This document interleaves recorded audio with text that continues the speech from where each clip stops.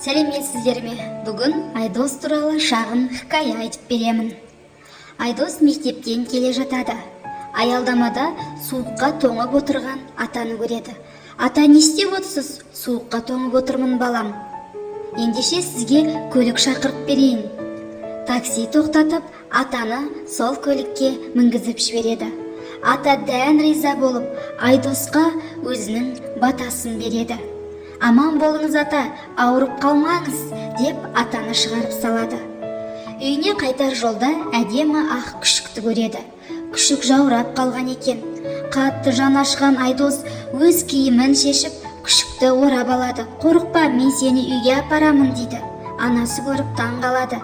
Дегенмен баласының мейірімділігін көріп риза болады. Айдос күшікті тамақтандырып, онымен бірге ұйықтайды. Сол күні ұйқысы өте тыныш болады. Тамаша түстер көреді.